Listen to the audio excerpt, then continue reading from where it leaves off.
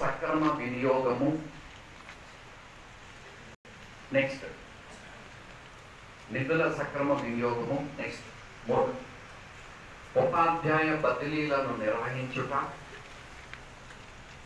ఉపాధ్యాయ బదిలీలను నిర్వహించుట. 4 పాఠశాల అభివృద్ధికి ప్రణాళికలను రచించుట. పాఠశాల అభివృద్ధికి ప్రణాళికలను రచించుట.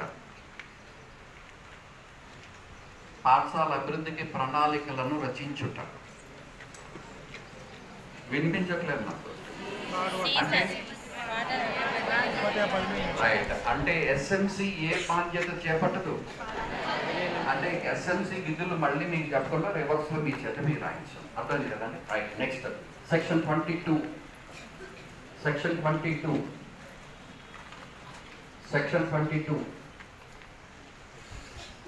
రైట్ రాసుకోండి.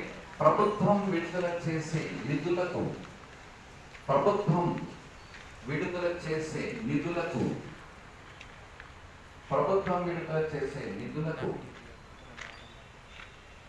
ఎస్ఎంసి ప్రణాళిక